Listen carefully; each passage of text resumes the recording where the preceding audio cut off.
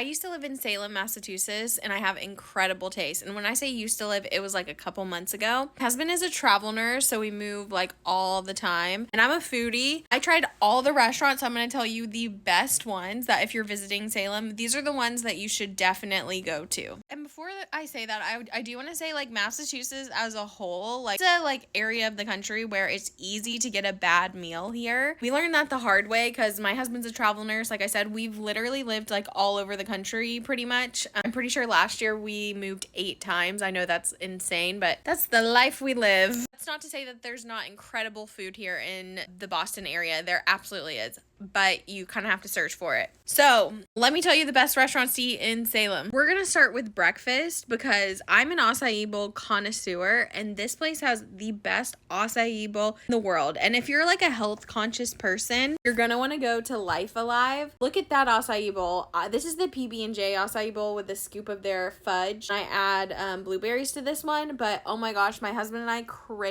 this acai bowl. The rest of their food is amazing as well, but it is vegan and very much so on like the health conscious juice side of things. But they're like my favorite place for breakfast. Look at their juices. I love the watermelon. I forget what it's called, but it's like watermelon juice thing, and their matcha is so good. Love Life Alive. Life Alive is like a Boston local staple chain situation. Personally, I'm a really huge sushi girl. So Kodo is like such good sushi. Not only that, it's so affordable. Like Matt and I, my husband, came here for the very first time. We were shocked, jaw on the floor. I think we got like this whole plate of sushi and like something else, and it was like $30. We just lived in California before, and we were like, California could never. The sushi here is so good. You go at a time that's not like lunchtime or their happy hour. It isn't as cheap, but it's still amazing sushi. Usually all about the vibes, and the vibes in here, as you can see, aren't very like aesthetic necessarily, but it's just like a really great sushi in town. So if you're wanting like a quick sushi bite for lunch that's like affordable,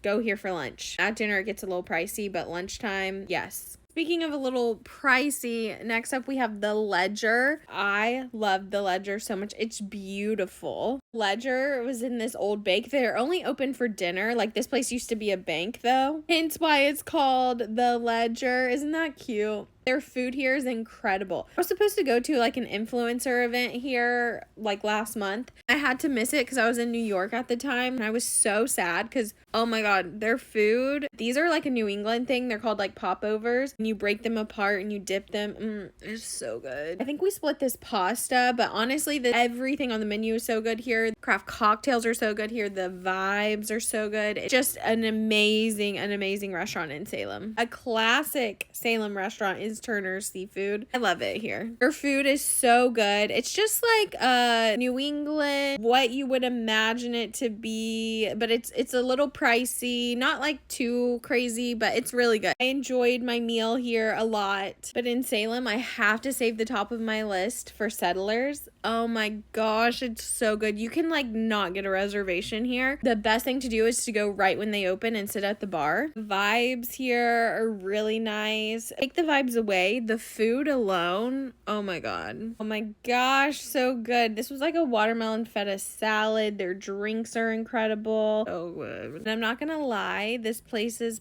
pricey. It is a million trillion times worth it. Like it is so good. If you go one place, take one recommendation, eat here, but bring your dollar bills.